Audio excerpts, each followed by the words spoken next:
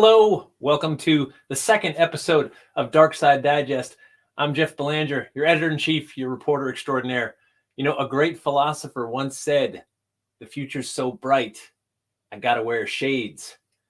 And that's what we're talking about today, the future. I started going down a rabbit hole, as I do each and every time I'm diving into the news archives, whether for my podcast, New England Legends, or for Ghost Adventures, where I'm doing research for them. I take a deep dive and I look for strange things. I just realized I didn't have my microphone over, so you might not have heard some of that. Anyway, so sorry about that. So I take a deep dive and I was thinking about the future. I was thinking about what the future would look like. And then that led me to wonder, what did they used to think the future would look like? You know, I mean, what did they think it would be? So I found some articles that I wanted to share. And this is what we do. We find old articles, we talk about them, and then we move on with our lives. So we're going to start with this one. This is November 23rd, 1924, the Zanesville Times Signal. And that's out of Ohio. And colored pictures sent by radio waves. This is amazing. This is what the future is going to look like. 1924. Colored pictures transmitted by radio were shown recently for the first time. Captain George A. Taylor, president of the Association for Developing Wireless in Australia, New Zealand, and Fiji, demonstrated his machine for transmitting them and explains the process in Radio Digest. The colored picture for transmission by radio is photographed through screens onto metal plates in the ordinary way for printing in the three primary colors, yellow, red, and blue. Each plate is then printed in black ink, and the print is enlarged so that when the acid etched on the small plate, it will then have deep etchings between the screen lines. The plate is then placed in a cylinder, moving with a needle, coming in contact with the metal parts untouched by the acid, and such contacts are transmitted by radio over any distance in a simple dot and dash method. The dot and dash being easily picked up as an ordinary reception by radio and made to establish contacts by means of an ink marker on the cylinder moving at the same speed as that of the transmitter. The receiving cylinder, however, is covered with paper so that at the receiving station, the picture is received in black and transmitted. It is then reduced to its original size and printed in color, the black print of which has been transmitted. The three pictures received at the receiving station are reduced and printed in the three primary colors, yellow, red, and blue. This gives the etched a show on the original colored picture at the transmitting station. Captain Taylor, in showing the machine at work, explained that it opened the way for many possibilities. Of course it did. He predicted the early showing of happenings afar off in all the glory of color. He also explained a process by which drawings can be shown being made at a distance and how colored pictures and cartoons will be broadcast during their actual making. Now, back in 1924, I don't know anybody who could draw that fast, but God bless them. So imagine that, sending colored pictures through radio waves. And of course, we do that. Satellites would have to do that, take pictures and send them back, and so on. But back then, this was absolutely science fiction. 1924, not that long ago, 99 years. Anyway, I love how people looked at new technology back then. And for some people, it was almost like witchcraft, right? It was something absolutely stupendous, magnificent, and strange, but also unique. Okay, moving on. So here it is in 2023, and I still don't have a flying car, which is very upsetting.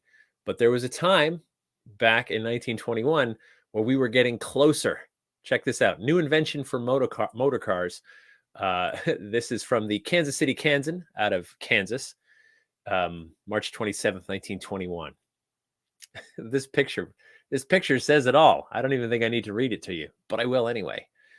A new invention by M. Gauthier, a well-known French automobile engineer, makes it possible for any light car to leap through the air over obstructions. The device in the rear of the machine does the trick. The photo shows a test car equipped with the device making a high leap. The device is controlled from the chauffeur's seat. So basically, this device allows you to leap over obstructions. Why don't we have this? Why don't we have this now? I mean, there we were in 1921. The future looks so bright. We would have leaping cars where if you come to an accident scene, traffic, Some object in the road, no problem. You just leap over it. I don't know. Seems safe to me. What went wrong? We lost our way. There's a lot of articles when you're going through the archives about automobiles, right? The automobile of the future. It has 4 cylinders. Someday it'll have 6, maybe even 8, and it'll go beyond 50 horsepower. Was one that I saw. Or there was a whole slew of articles on flying cars. The idea that we could create an automobile that you could fix the wings, you could take off and fly, and so on. People have done this. They have made workable automobiles that can attach wings and things like that. But obviously, it's not that practical. If we were all flying around, my goodness, I can only imagine what could go wrong. But this next one, my finale for the day, third one, is about the future of phones. The future of phones, and this is so poignant because look at how old it is. April 10th, 1953, the Spokane Chronicle from Spokane, Washington. This is just great. Walkie phones may be next. The telephone of the future, you ask. Mark R. Sullivan, San Francisco president and director of the Pacific Telephone and Telegraph Company, said in an address last night. Just what the future telephone will take is, of course, pure speculation. Here's my prophecy. I want to say again, this is 1953. 1953. Let that soak in before we hear about Mr. Sullivan's prophecy for the future of the telephone. And here we go. In its final development, the telephone will be carried about by the individual, perhaps as we carry a watch today. It probably will require no dial or equivalent, and I think the user will be able to see each other, if they want, as they talk. Who knows? But it may actually translate from one language to another. And here we are. We made it. We made it, Mr. Sullivan. We made it. We have the very device you described today. Took a little while, but we have it, and that's pretty amazing. Well done, everybody. We all have the phone of the future. So that's it. That's what we do on the Darkside Digest. We take a deep dive into the news archives and look for weird stories, strange, unusual. This week's theme was future. What did the future look like, a century ago, half a century ago, and so on. I hope you're well. Appreciate all the feedback on my first episode. I'm going to do these from time to time. When I find articles that are weird, paranormal, just plain odd, I start saving them. And then maybe once a week or so, I will present them to you. So appreciate you coming along again this week. Please share it if you think this is fun, and we'll see what grows out of it. Till next time, stay completely weird.